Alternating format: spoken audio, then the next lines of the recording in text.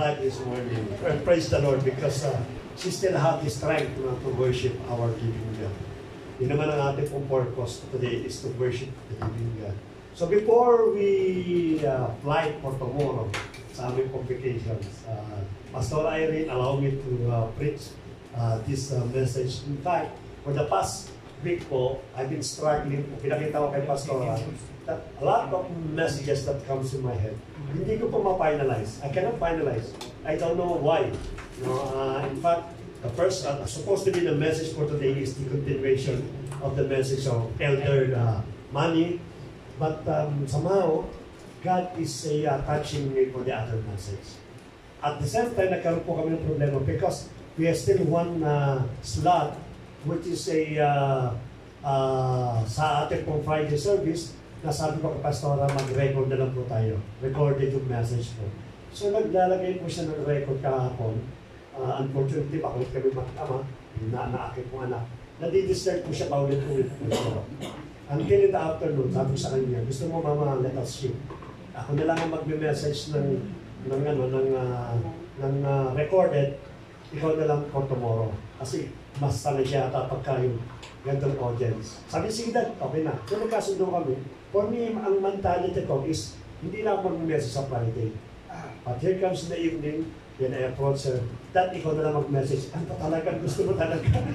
So medyo nagkagulo-gulo. But at the end of the day, I do believe that this message was really napapanahon. This message actually is already been preached by Deacon Dorothy. But let me enhance or let me put additional input or additional revelation kami sa ating pong Panginoon. Let us proceed. Okay. Yeah. You know what? The Bible, aside as a spiritual book, it also contains many kinds of literatures, wisdom, and important historical events.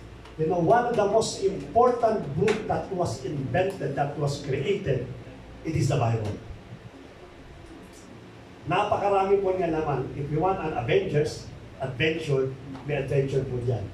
Makakabasa po kayo dyan yung pinaka-head ng Acts during that time. Yung pong palakon Ben, palakon yung pinaka-head po niya. During that time, it is a very expensive tools po yan. Kaya ginagawa po yan, mostly po, the other people, they don't buy it, but they borrow from the neighbors. Sa pagkabibira po sila. During that time, one of the alalay, bodyguard, or yung tinitrain, assistant or mini-mentor po ni Prophet Elisha, nanghiram po siya ng palakon para magandaan yung kanya. Eh since nawala po experience ng pagpalakon niya ganyan, yung head, lumipad po ito at tumapon po doon sa deepest water. Ito po tumapon po yun. At yung kanya pong yung kanya alala, yung kanyang mini-mentor, nagkaroon po siya ng kaba, Master, natapon ko yung head ng axe. Mahal yan. Paano babayaran yan? Sabi ni Prophet Elisha, saan ba nalaglag? Paano doon po? Patuhan mo ng tangkay para malaman kung saan. So this servant, ginawa namang tangkay, ipinatupon sa malalim. Kaya ang ginawa po ni Prophet Elisha, he started to pray. At tapos sa yung axe na bakal, lumulutang po yun. No?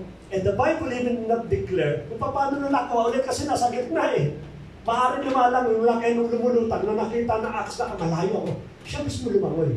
So this is an adventure, no? A Bible's really complete na historical event po at marami po maganda. But unfortunately, may problema tayo when it comes sa Bible. Oops. In fact, the Bible is the only book that never outdated and the best-selling among many books in the world. Kung titingnan po nyo, when you are, of course, siguro medyo edad na tayo, when you buy the set of Harry Potter book, is very, very expensive. Especially mga limited editions. People, they spend a lot of money in order to buy a lot of beautiful books around the world. Yung mga sinusulat po ng mga author, ng mga katulad nila Stephen King, no? Talagang makilala po ito, mahal yung mga book nila. But did you know that the Bible is the only book that never outdated? Why? It was written almost 2,000 years ago. No? Titingnan po natin, patuloy at patuloy po ginagamit po tayo. Ang abanding ko din po when I was in high school, naloko po ako sa comics. I was addicted for the comics. You know what kind of comics? Yung pong Volt S5. Yeah. Pagka po may mga continuation po yan eh. Sa amin po, I will not buy the comics, but we will rent. Kasi po, bago, every week may mga bagong edition po yan. So I almost looking for the new chapter or the next na pinakano po, nagre-rent po kami. But after for a few years po, ito po binabasa po natin, then suddenly become outdated. No one has interest now. I don't know, even you don't heard about the cartoon about this fight. Nawala na po. No? It will come to pass. Any book that was famous before, give them a few months, or mostly for a few years, then it will be gone. No one will remember. But the Bible, 2,000 years ago, when it was written, until this very moment, until after 10 years, after 20 years, and even after 100 years, the Bible still be interesting other people. Imagine po niyo yung kung ganda ng Bible. Hindi lang po siya outdated. Ito po yung best-selling story. When you go with Google and ask him, what is the best book that, sold around the world? Pinakamarami po, ilalabas po ni Google, Bible. It means only that the Bible is really inspired the Word of God. Next. Before we go po. Nagtatago sa mga siya. Baka baliktad naman. Hindi. Sali ako dito. Yeah. Makaganti naman. Yeah. Most of the passage too, it was 1,000 years old. And yet it stayed inspired people and you stay in all aspects of our lives. Yung mga nasulat po dito, no? In fact, pagka nagpaulit-ulit na po yun, nawawala tayo ng gana. But the Bible, the more that you are reading, the more that you are memorizing, the more that you are meditating, the more that inspired you. Dati, ito nag-inspired po yun eh. But few years na po to, the more na i-inspired po tayo para si Pastor, pag nagbabasa, umiiyak pa. Bakit? Kasi ito lang message nito, bakit hindi mo siya naintindihan before? Mga 1 year or 2 years ago, naintindihan ko. But this time, another level of message, another level of inspiration. Because this is written by God. Kaya lagi siya may inspiration. To be honest, diba? Most of the time here, or maybe somewhere na ating pong buhay, we intend to memorize a lot of Bible verses.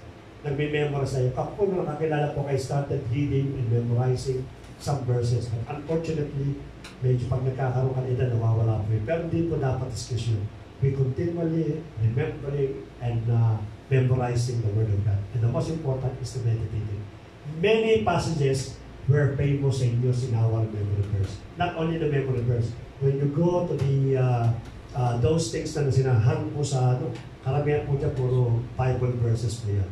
Why? Because people thinking the moment that they heard or they see yung mga Bible verses, again, they inspire and they change the character of these things. And one of the famous na Bible verse po sa Biblia ay ano po? John 3:16. John 3:16. Alam na po nabasa po sa atin. No, pero kung tutusin ko natin, we always memorize po during that time ang John 3:16. But every time that you're reading John 3:16, you still crying. When you see the meaning, the deepest meaning of the love of God, you start crying. Pero nabasa mo na how many times? Maybe hindi lang 100 o maybe hindi lang 1,000. Maybe million times nabasa mo yung John 3:16. Kaya nga when I said what is one of the famous Bible verse, immediately you know already, John 3:16. What memory verse or what still a famous verse and I remember for you? Psalms 23, Psalms 91. See? Psalms 23. And many more. Philippians 1:21, Romans 3:33, Titus chapter 3 verse 5, Revelation chapter 1 verse 20, and so on and so on and so on. Napakadami po. The more that you stuck the Word of God in your heart and in your mind, the more you inspire. Kaya pagka nagkakaroon pa ng problema yung mga kapatiran, immediately you are encouraging them. Why? Because you have a lot of baon. Kaya nangyayari po, yung the more na nagbabaon po tayo, the more po tayo na nagkakaroon po ng chance na makapag-share. Yan ang nabanggit po natin, no? At ito po ay the message na ni Deacon Dorothy, let me remind again one of the most beautiful Bible chapter. One of the most beautiful chapter in the Bible. And what is that? Yeah. Psalms 23 verses 1 to 6. This is a psalm of David. The Lord is my shepherd. I shall not want. He makes me lie down in the green pastures. He leads me beside still waters. He restores my soul. He leads me in a path of righteousness for His name's sake. Even though I walk through the valley of the shadow of death, I shall fear no evil. For you are with me, thy rod and thy staff comfort me. And you prepare a table before me in the presence of my enemies. You anoint my head with oil. My cup overflows. Surely goodness and mercy shall follow all the days of my life, and I will dwell in the house of the Lord forever. You know the history of Psalms chapter 23. It was David's deepest sorrow during that time. As if that there is no way for him to recover his life. As if that there is no way to continue the life. When you read or when you sang this Psalms chapter 23 verses 1 to 6. So what is this? This is a God's provision. So yan, Panginoon, sa kanya pong salita. Then, let me expound each verses or each verse itong Psalms 23 in order to meditate, to chew, para malaman po natin what is the feeling of David when he wrote this Psalms chapter 23. It might be the same scenario to us, or it might be the same situation with us, with David. No? Titingnan po natin how come that David recover from the stress or distress na kanyang buhay using Psalms chapter 23 verses 1 to 6. Let us proceed. Ano po yung una? The Lord is my shepherd, I shall not want. A well-experienced shepherd suddenly found the perfect shepherd. Kung ako po ay head chef o pinaka-master chef ng isa pong cuisine, maaaring international cuisine, no? I cannot declare someone among you as a head chef or chef sapagkat sa akin po, iisa lang po ang chef, and that is me. My title to become the head chef, I will not give it to other. Of course, someone will say that chef ka rin o head chef ka rin. But for me, calling you as a head chef, it is an insult in myself. Insulto po yun. Parang sinasabi ko, you are far, far better than me. No? Even though pa nagkakaroon ng contest, halimbawa, si pastoran ko, naglaban kami sa cooking. I cannot tell them that mas masarap yung luto ko niya. Because that insult to my personality. Bagaman pag tinikman mo, masarap yung luto nito. Pero hindi matatawag itong chef. Kasi chef din ako eh. So what you will do is that dadayain mo yung tao.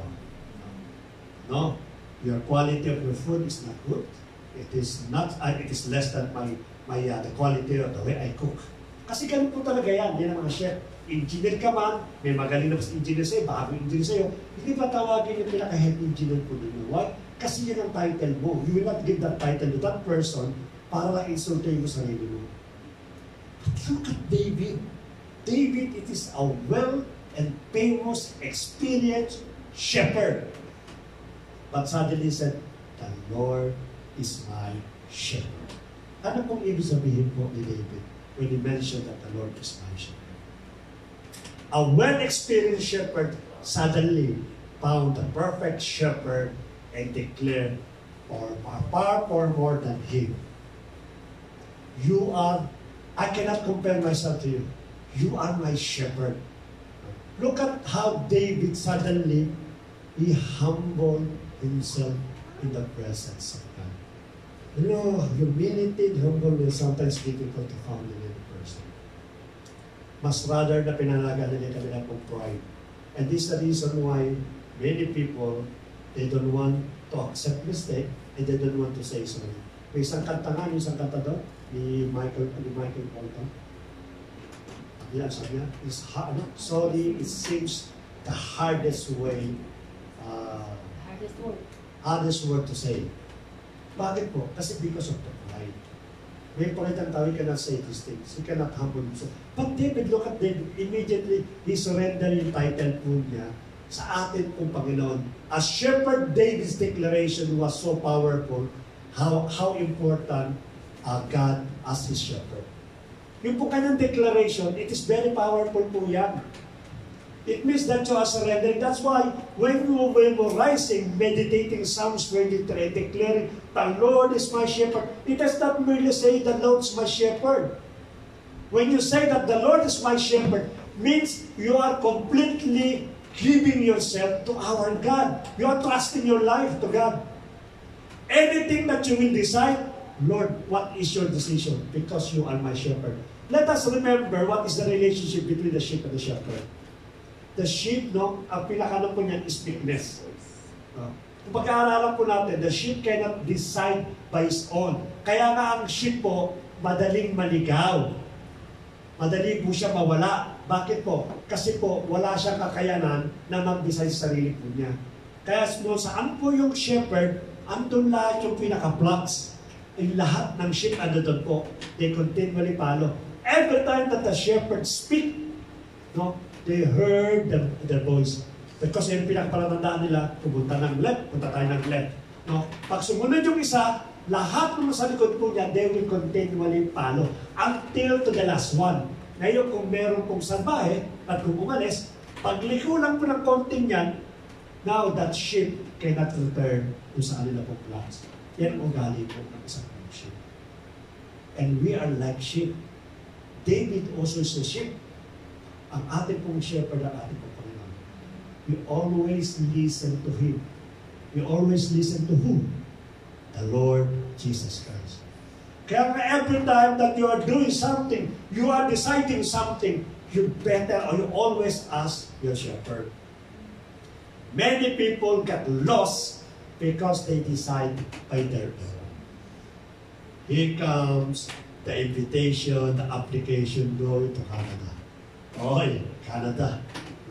Kaliwali, JTGI. Go to Canada. You forgot your shepherd. You forgot the source of everything. So what you will do is what? Immediately, mag-a-apply ka sa ng form without any thinking. Your focus is going to Canada. While you are preaching here, we have a lot, as we always said, no? We are not against for those people who are, dreaming and green pastures. Mamaya, dyan din po yan, no? Yung green pastures. No, we are not. No, we're not against. Whatever your plan that will, support your family future, your children, your mother, your family, your relatives, go on po tayo doon. But what the Bible teaches us for the Psalms 23, you always ask the Lord Jesus Christ, your shepherd. Ang problema natin, when the shepherd said, no, iwalay mo muna tayo. You cannot accept the decisions of our God. Sabi nga namin mag-asawa, we've been almost at the verge ng aming pong career. Almost at the end ng aming career. Then suddenly, why He called us to establish the church? Meaning that yung church po, isang taon na, alam natin, 1 year pa lang, but we need to stretch yung pinakano doon. Kaya nga sabi ng natin parang, not my will be done, but your will be done. Because we are sheep. We don't have the right to decide in ourselves. It is only the shepherd can decide these things. And this is the reason why I told you the declaration of David, it's so powerful. When we declare Psalms 23, it is not a matter of going out from our mouth. The Lord is my shepherd. Indeed, you have to understand what is the meaning of the Lord is my shepherd. Dapat po, napakalaga po nun. At ang sabi po, bilang sheep daw po natin, o bilang shepherd daw po natin, it is declared in John chapter 10, verse 11, I am the good shepherd. This is the Lord Jesus Christ, he said. I am the good shepherd. The good shepherd laid down his life for the sheep. What the need of my sheep? You need my life?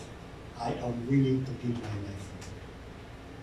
If the shepherd is willing to give his life for the sheep, what else that the Lord Jesus Christ cannot give? Nothing. Buhay nga, binigay para sa iyo. Diba? Yung ikamo mo pa kaya, binibigay ng Lord. Amen. Kapraso lang hinihiling mo, yung buhay nga, binibigay ko sa iyo. Yung magandang trabaho, hindi ko makaibigay sa iyo yan. You have to take, even my life, as my life, I will give it to you.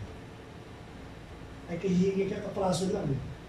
Well, siguro lang. Meron na siyang hinihintay, you know. Sometimes we have to be patient sa ating Panginoon. If our God, if our good shepherd laid down his life, what else that we cannot give? Completely nothing. And then, after David declared that the Lord is my shepherd, the next line is, I shall not want.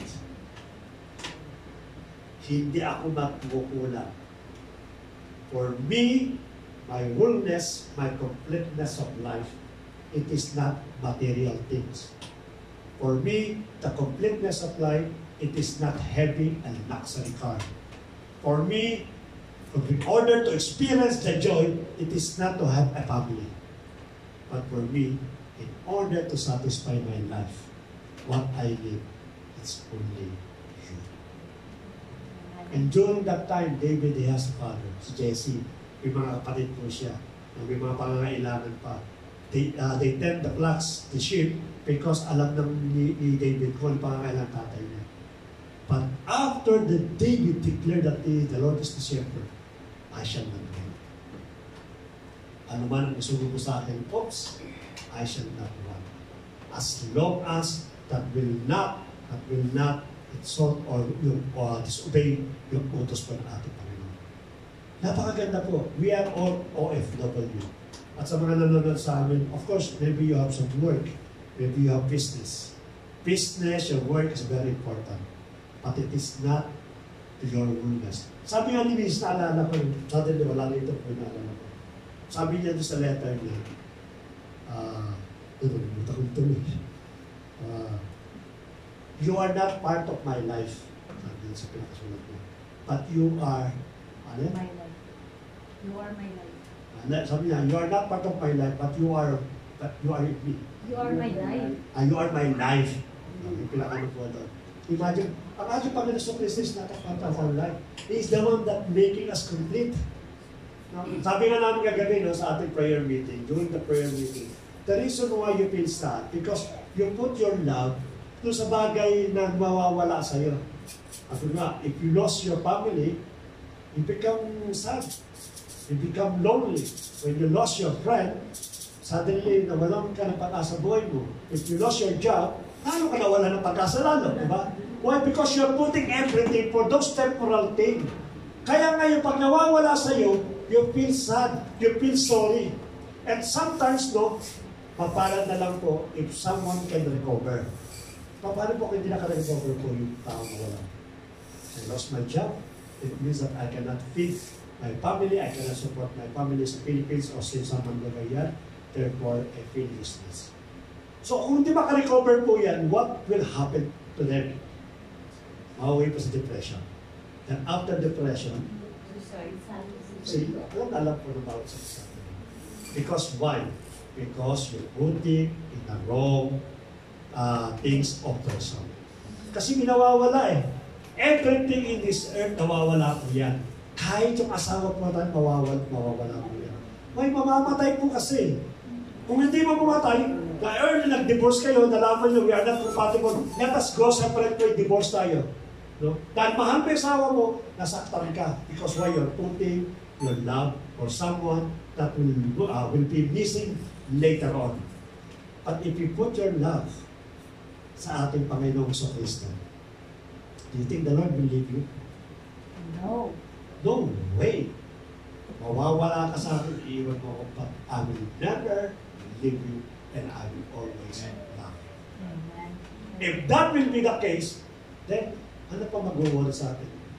Pati, sapagkat kasama natin ang ating pong Panginoon. Jesus said that I am a good shepherd.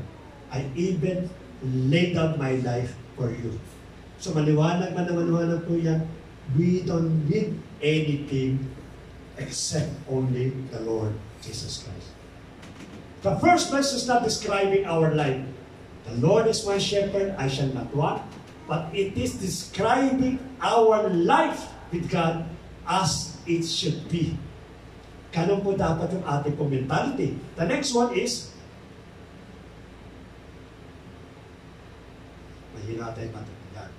It is a goal of where God wants us to take us rather than the descriptions of where we are. Kung tayo po ay nasasalampak, it is not the destiny of God. It is not the destiny of the Lord Jesus Christ. But rather, it is a way. It is a station. Station po, dadaanan mo lang. But your permanent position will be ahead ng dinadaanan po natin. Ang problema kasi, in every station, there is a suffering, trial, and testing of faith. Ang problema natin, you know what's the problem? That when we reach that station of trials, you stay there. Take na lang ako. Why? Kasi when I move on to another station, it might be more difficult and it might be more problems for me. So, ang gagawin natin, in order to avoid more problems, you stay on the first station. Ang di mo alam, it is only the station ng ating Panginoon yan. Why? Because there is a great reward after those things na dadaanan po natin. And that is what God wants us to take us to sa lugar na yun. Let us remember that the Lord is our shepherd and we are nothing. Now, right now, if you're experiencing that sometimes, trouble, finances, trouble with affection, with loved one, with fear, with your work, or yung pong mga uncertain po natin, always declare, the Lord is my shepherd, I shall not want. Amen. Even though it seems that it is not aligned and it is not in good condition right now, always declare, smile. The Lord is my shepherd. I shall not want. Why?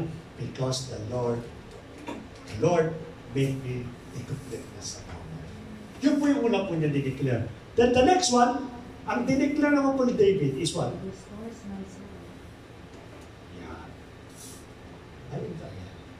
He makes me lie down in a green pastures. Ito sabi po natin, leads me beside still waters.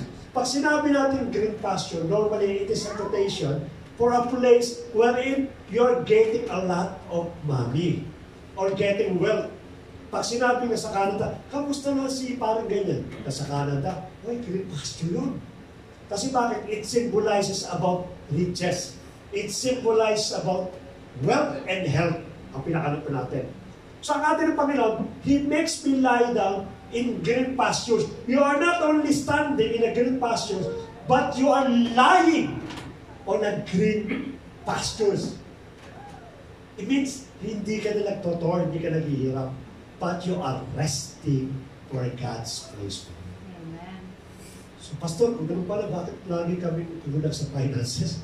Bakit kami naghihirap sa finances? Because maybe, kapatid, this verse 2 of Psalms 23 is still never realizes in your life. Ma-realize mo muna. Kinakalang malaman po natin yan.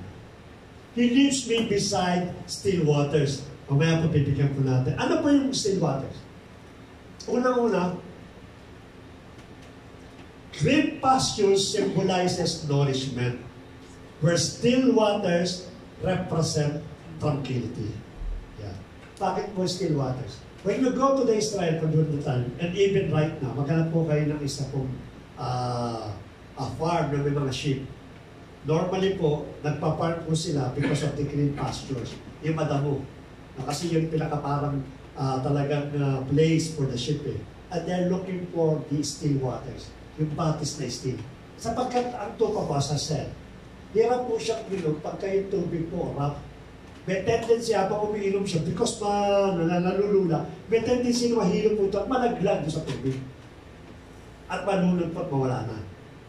Kaya yung pong shepherd, pag magpapastol po siya, He looked for a green pasture at the same time for the place na kung saan naka-still waters, tahimik na tahimik may tubig. Because after po ng kumain yung maginain, they will go to still waters para naman po, in order for the sheep experience the complete tranquility. Yung kanyang peace of mind. Yung kanyang po pagiging at ease, calm, napaka-calm po niya. Yun ang pinaparanas po ng ating po Panginoon. Alam niyo, tranquility is a very expensive word today. People buying medicines, people, going to a costly psychiatric doctor, people will go to the mediums in order to experience tranquility. Yung talagang iba nga nag-yoga pa nga eh. They're thinking that yoga can solve their problems. Hindi po yun. Pero dito po, sabi ng ating Panginoon, that is bringing the sheep to the still waters in order to experience tranquility.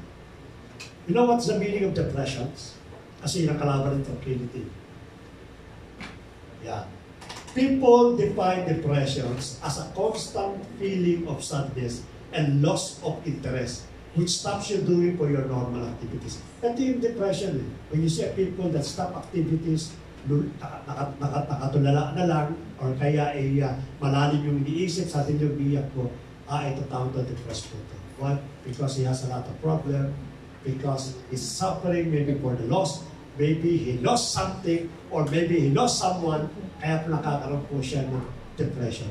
But depression, it is not the meaning of this. What is depression? Depression po is, itigbe ito, papatara natin itong ating ako. Yeah, depression is the absence of tranquility. Therefore, if you don't have the Lord Jesus Christ, you don't have the tranquility. If ever that you have the Lord Jesus Christ, but you never acknowledge Him as your shepherd, therefore, you are also experiencing depression. Kaya kayo magkataka kung may mga Kristyano pa nandito-depress. Pastor, meron mga Kristyano nandito-depress? Yes. Because why? Because they don't acknowledge the Lord Jesus Christ as their shepherd. They don't live a life that the Lord Jesus Christ is really their shepherd. Work, yung pong schedule. Kaya nung kailan nga, sabi nga ni Pastor, sabi niya, mukhang iba na yung aura mo. Pagkamat, I'm serving the Lord, I'm preaching the message, but because yung bombardment and yung constant pressure ng trabaho ng company, talagang pagdating mo ng bahay, you want to smile, but hindi mo itago yung pressure. Yung tawag doon, yung instinct, yung pinaka-instinct ng trabaho mo. Kaya even though kahit umano ka, is doon pa rin lagi. But this time, sabi niya, kung nawala ka at talagang nag-line sa trabaho mo, then suddenly gumanda ang pinaka-ano mo. Ito yung mga part po na ating pagiging bugnutin. At ang resulta po ng bugnutin is what? Getting look like old. Kaya iba po pagkakausap po ninyo. Ay, ganyan, nasabi, ilang taon ka na po ba? 30 years old. 30 years old, but it looks like 60 years old. Because why? Because you don't have the peace. The tranquility that really gives us the peace.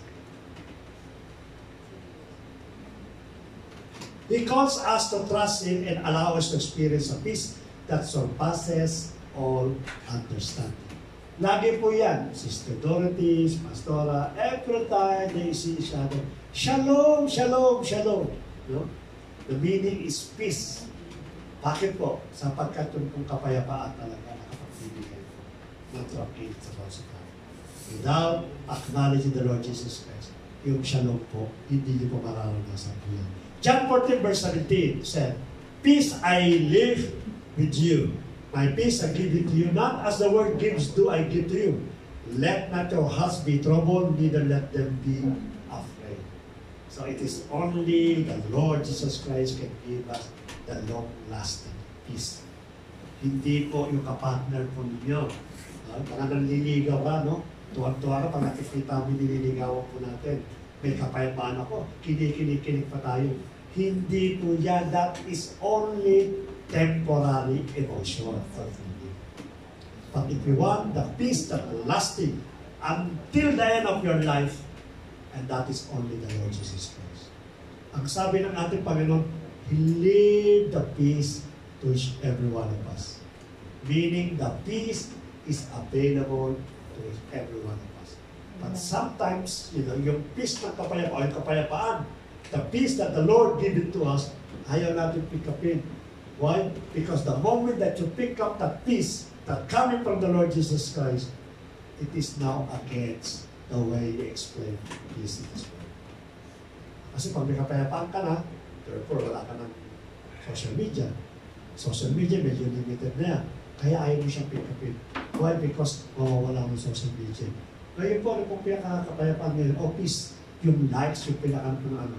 Pag nag-post ka sa gabi, pagkabukas na pagkagising ng mata mo, what you intend to look after ka na? Ilang likes? No? Ang ganda po man din ng post ko. Ang ganda ng aking ginawa dito. Ang likes ko, 3 lang. Ini-expect ko 100 eh. Masamaan daw po natin. Hindi natin alalahanin ilang likes na pala ng ating Panginoon ang ginawa sa bawat sa atin. Diba, nakita niyo? Si Ate Renalyn. Itong araw, August 1, 2025, nagsimba, tuwa-tuwa siya. Ate Renalyn, sabi Lord, likes ka. Isang likes ka sa akin. Ilang likes na kaya ang ginawa ng Diyos sa bawat buhay natin. Yun po yung pagbibigay ng kapayapaan sa bawat sa puso. Again, let us remember, when we are in the Lord Jesus Christ, when He is our shepherd, He will give us the bed of green pastures. At sabi doon, He leads us beside the still waters. Katabi-tabi mo yung lahat ng pangangailangan po natin. Sometimes ginagamit po yung ulan, di ba? When you are using the sounds of the rain, sabi it is give you tranquility because it is involved in water. But here, hindi mo na kinakailangan mag-download ng apps. When you are with the Lord Jesus Christ, sabi niya, He leads me beside the still waters. Ano doon po tayo? Katabi po natin po. Paliwanag po. No? Pangatlo, verse 3. He restore my souls. He leads me in the path of righteousness for His name's sake. Alam niyo, our soul needs restoration every day. We thinking that the moment that you're filled by the Holy Spirit, that's it, it's a one-time experience. Hindi mo ganun po yun. No? There are certain level, certain time, that the level of the Holy Spirit in our life, it will slowly going down and down. And you need a restoration for many times, not only for one time. Ang problema natin, when we feel by the Holy Spirit, He restored yung ating pong sarili, binigyan na tayo kapayapaan, we tend to live in the presence of God. Kala natin we are full. Yes, we are full. But why? Because of the lives, no? Magdidiplit po yan. Ang mangyayari po niyan, kinakailangan natin magkaroon po ng restoration sa kanya. Kaya nga sabi niya, He restores my soul. So David, slowly depleting his life. Suddenly he said, Lord, You restore my soul. Kaya nga binagyan ko niya, sabi niya, kung siya po ay nasa mababa, restore unto me the joy of my salvations. Pinare-restore po ang ating po. Because it was taken by the enemy nung nagkasala po siya. Life has a way of depleting our souls, of causing them to be over. They're tired living us spiritually, emotionally, and physical exhaustions. Especially mga estudyante po, nagreklamo sila. Pagkatating po sa pasukan, may nagre-reklamo nga po yung sa anak ng pastor namin, ay sa pastor kakalala po namin. After this school daw po, napaka-hectic at napaka-exhausting nung kanila pong school. Tama nga naman, we were graduating for senior high school or college. Napaka-exhausting po niyan. Marami pong ginagawa po niyan. Sometimes, all these things, including yung pressure ng ating pamilya, pressure ng iba pang source, sa atin po, nagdi-deplete yung ating po soul. So, kinakailangan po natin ng restoration in order for us na magkaroon po ng ulit ng restorations. Sa Matthew chapter 11, this is an invitation coming from the Lord Jesus Christ. Come to me, all of you who are labor and heavy laden, and I will give you rest. Alam ng Lord, hindi lang po yung mga katulad nating mga attendee. No, even as leaders, ini-invite tayo ng Lord. Come to me, all of you who are heavy laden. Pag hindi lang po natin kaya, why continue doing by yourself? Why continue that kind of life? Ang sabi ng ating kami, lumapit ka sa akin, come to me, more heavy laden, and I will give you rest. The rest that the word cannot do. Take my yoke upon me and learn from me, for I am gentle and lowly in heart, and you will find rest for your soul. For my yoke and easy, and my burden is light. Kaya po si Kuya Manny. All we have to do is to accept the invitations of the Lord Jesus Christ. You have to come to Him para po magkaroon tayo ng mga kakaanan sa ating po pinagpasan.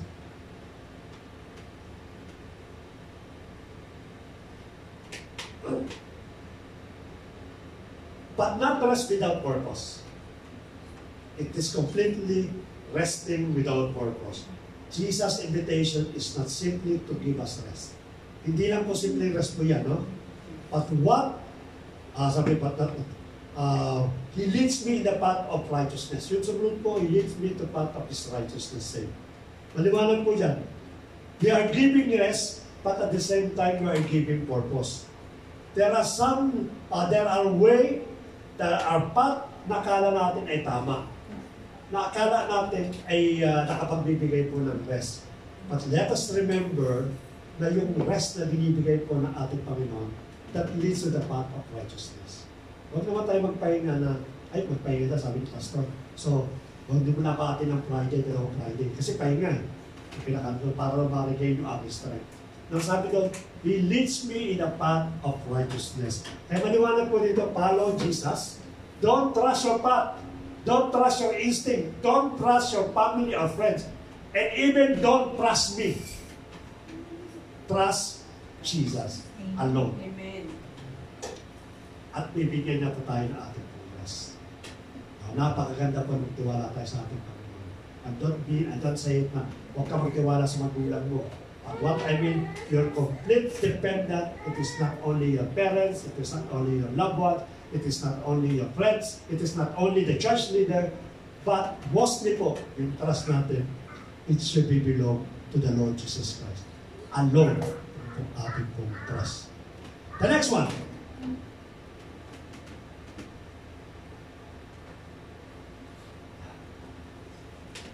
Even though I walk in the valley of the shadow of death, I will fear no evil. For you are with me. Your rod and your staff, they comfort me.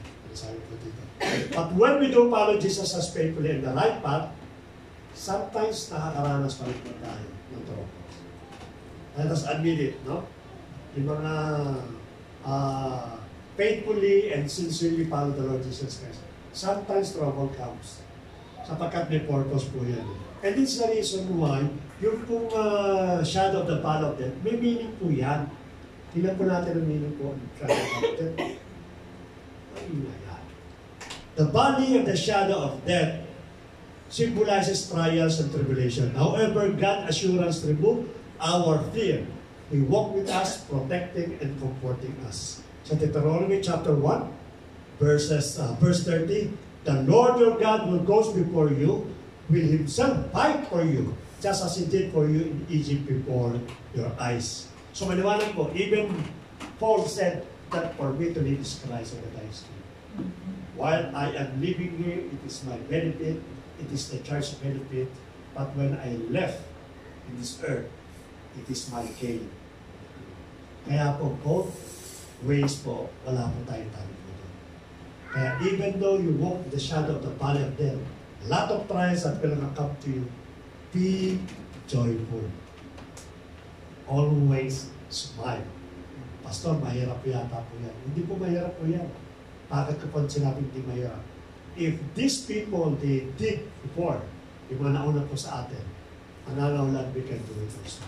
If Paul managed to smile, managed to worship while in dungeon, we can do it also. As long as we acknowledge that the Lord Jesus Christ is our shepherd.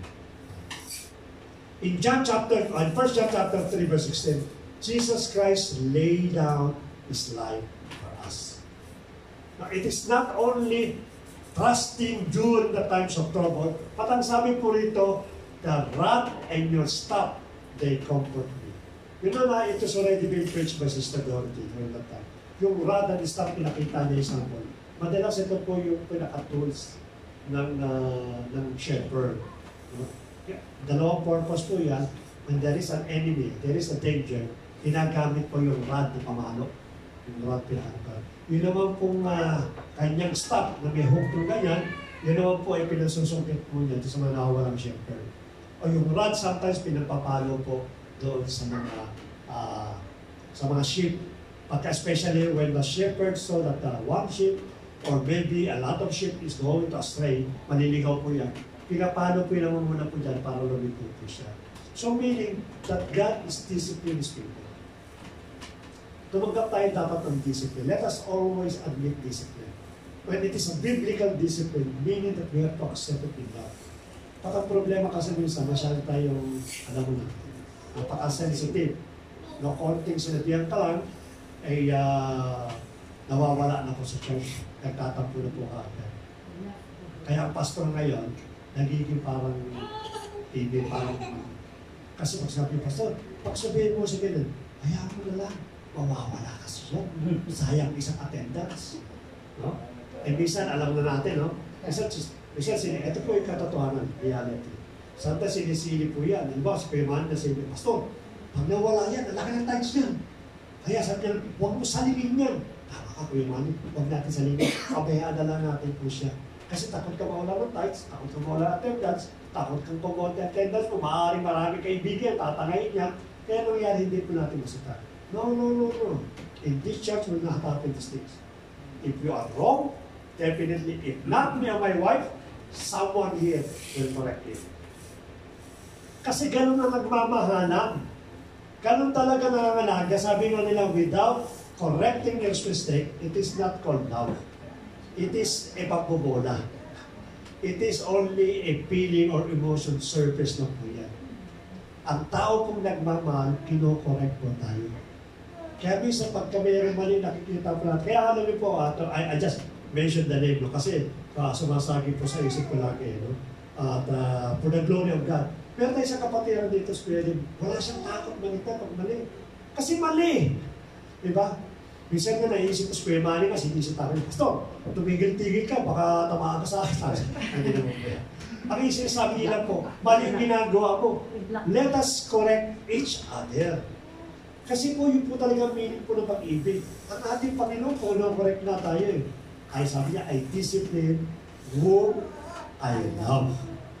Pinapalo po tayo. Pagka mali po talaga. Yun po ang purpose po. Your rod and your staff, they comfort me. Amen. One, your discipline makes me what? Become more stable sa piling ko natin. Discipline, mostly po nami-misinterpret po yan. Ano ba ba purpose ng ating pong Panginoon? Let us read. Yeah. God exposes sin, correcting sin to each everyone, not to shame us, but to change us. Amen. Amen. God wants us to become a better person. And this is the reason why He disciplines us. Kinokorek po tayo. Kaya wag po tayo magtatampo kung tayo kayo kinokorek ng ating kapatid. Kinagamit yan. God used that person, that friend, para ituloy po tayo to become a better person. Huwag naman po tayo maging parang passive na parang tagapin na doon. Kinokorek ka ni Kuya Manny, wala ka ng kasalanan. Sabi correct daw. Opo, Kuya Manny, opo. Mali naman yan. Pag mali, sinisa tayo ang tanggapin. Pero pagka hindi, dapat naman po pagsabihin nila. Last po, number 5. Ay, di po, pangalawa sa last. You prepare a table before me in the presence of my enemies. You anoint my head with oil, my cup overflows. Alam niyo, this situation, it happened during the upper room. during that time when the Lord Jesus Christ is about to capture at ano po siya. Nag-prepare po ng table ng ating pong Panginoon. I-anoint niya po yung lahat ng kanya pong servant. Hinugasan niya po yung kanya pong paa ng kanya pong servant. That's a reenactment. Itong binabanggit ko na you prepare a table before me. So, during that time, he was about to face his enemies. And yet, ginawa po niya ito because there is something that the Lord Jesus Christ wanted to impress or wanted to explain sa mga servant po niya. Na during the time of my enemies, during the time of my captivity, I can still have joy and I can still smile.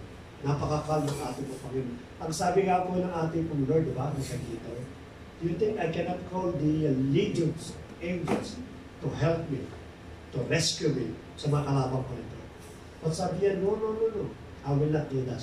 Because my joy, my happiness, my contentment is to give life to you. That is the purpose ng ating Panginoon. And is willing to lay down His life habang siya po ay nuhuli po. Napakaganda po ng attitude na during that time ng ating pong trials, we should always remember itong binanggit ko rito. You prepare a table before in the presence of my enemies. I remember the song, yung pong title ay Raise a Hallelujah. Let me give some glimpse ng kanya pong lyrics. Yeah. When these people, they raise their worship, during that time, may salary increment ako. Tumanggap ako ng 5 buwang bonus. No? At naging head ako ng aming department. Or marami akong bonus. Kaya magsising ako ng hallelujah. When this author is sing hallelujah? In the presence of my enemies. Diba? And that is the Lord Jesus Christ when He said that. In the presence of my enemies, I will glorify the Father. See, look at this attitude. When someone is trying to bully you, when someone is trying to insult you, when someone trying to destroy your character, what you will do? What do you think that you can do? Raise a hallelujah. That is the correct attitude of a person. That is a correct attitude of a sheep towards sa kanyang pong shepherd. Hindi lang po yan. Ano pa po? I-raise na rin yung kanyang pong worship. What? Because my weapon is my melody. The power of praise. Remember the wall of Jericho. Remember Gideon. Remember si Jehoshaphat. Remember all these people. When they are about to worship the Lord God, when they sing to worship God, the enemy fell down. Ganun din po dapat tayo. When we are facing trouble, we are facing our giant like David, let us start worshiping God. I remember in the book of Psalms, also it was written by David, sabi, God inhabit the praises of His people.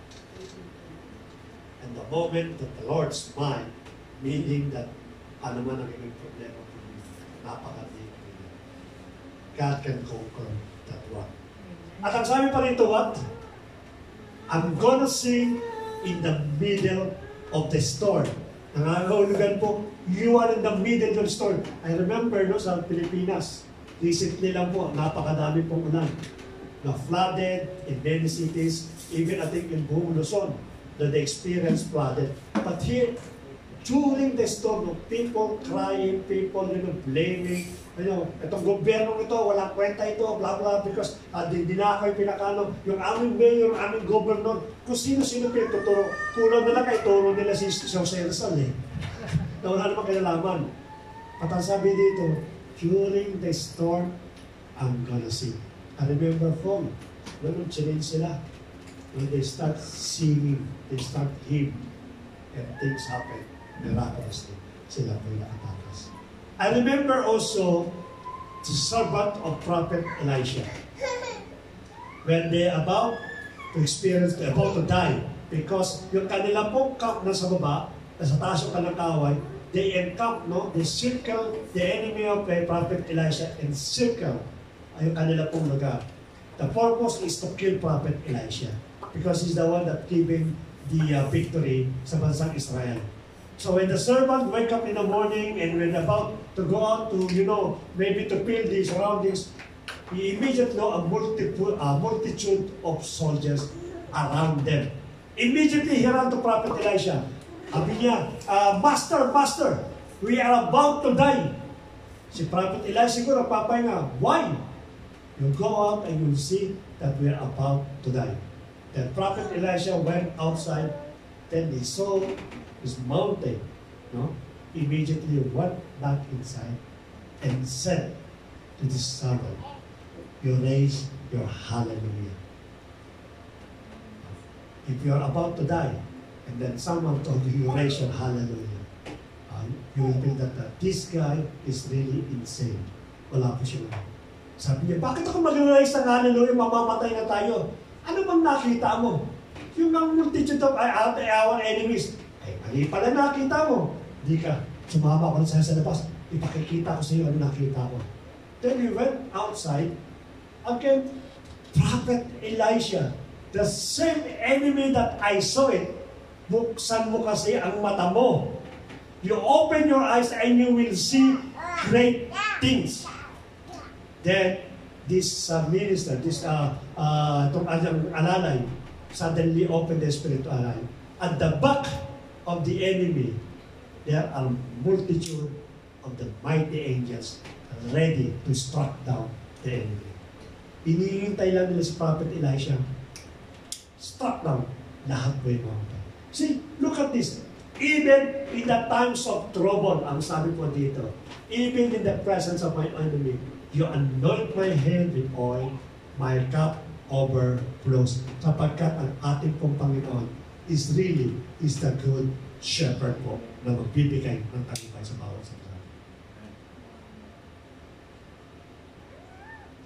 No matter what is going on this world, on our lives, we come here to find the table prepared, the meal ready, the cup of grace, love, and mercy overflowing, God's goodness and mercy in abundance.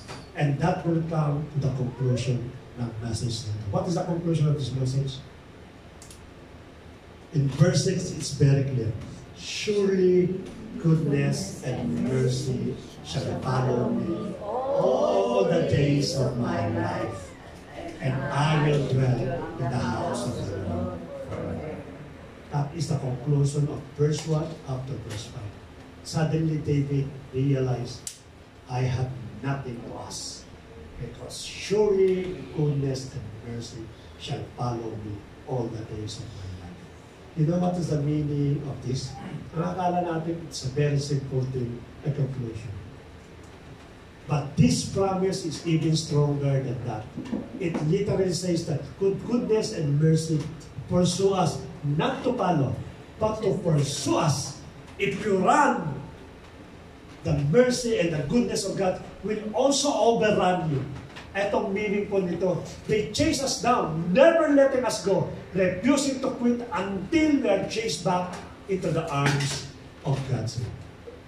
Continue shaking. Kaya nga, as we continue chasing, kaya nga pagka bago tayo magkakaroon ng problema, why should I worry? Because the goodness and mercy of God shall continue pursue me wherever I go. Kasama ko po yan. Kaya dapat lagi natin katatagan po yung ating po paniniwala to. It is really an amazing verses na isinulat po ito sa bawat sa natin. And it was written in a perfect time in the life of David. And it was also written by a perfect person to write these things. If I write these things during the times of my fullness, during the time of my riches, during the time of my wealth, maybe it will become a less impact. But David, is hunted by the enemy. Absalom is keep on hunting against Absalom. His own son is trying to kill David during that time. You know, pero si David po, madali lang po sabi sa kanyang naintindihan ko, if you want me to overthrow, you want to become the king, you desire, or your ambition to become the head ng Israel. Naintindihan ko po yan. Kasi sabi David, but the only thing that I cannot understand, you are my own son. Anak kita. Hindi ko matangka kung bakit ginagawa mo ito sa tatay ko. May iba, napakasakit mo yan na traitor ka ng anak mo. Napagsabihan ka ng anak mo. Na-insulto ka ng anak mo. Nawala yung respeto ng anak mo sa iyo. Patat sabi ng ating Panginoon, ng ating kapatid dito, surely goodness and mercy shall follow me all the days of my life. Yun ang pinakahanap ko. Ano ba yung closing remarks po nito? The 23rd Psalms is truly timeless. Hindi po natin ano po yan. It's truly timeless. It is a Psalms to memorize, to place deep in our hearts, and to return to whenever we feel distance from God and afraid of restless. Believe that these Psalms for you, the Lord is your shepherd, there is nothing else to want. And lastly po, it is a challenge for every one of us. Challenge yourself. It's not only to memorize Psalms 23, but to live every word of it. Psalms 23, verses 1 to 6. The Lord is my shepherd. I shall not want. He makes me lie down in the green pastures. He leads me beside in the still waters. He restored my soul. He lead me in the path of righteousness for His own name's sake. Even though I walk to the valley of the shadow of death, I shall fear no evil, for I am with you.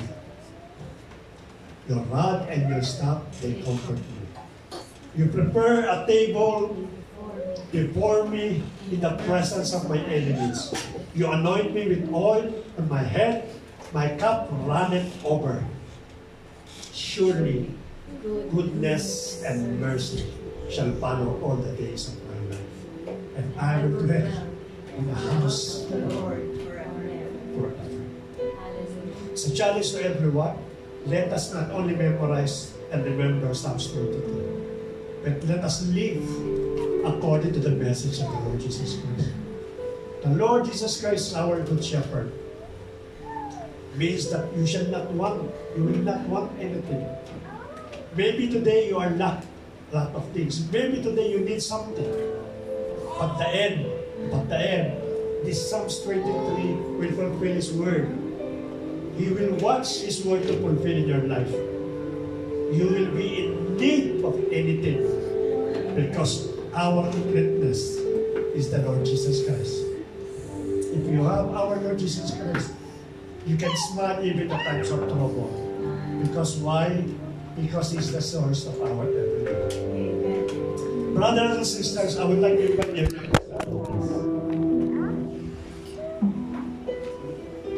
Hallelujah. Lord, thank you so much, Panginoon, for your wonderful promise to us. Hallelujah, hallelujah.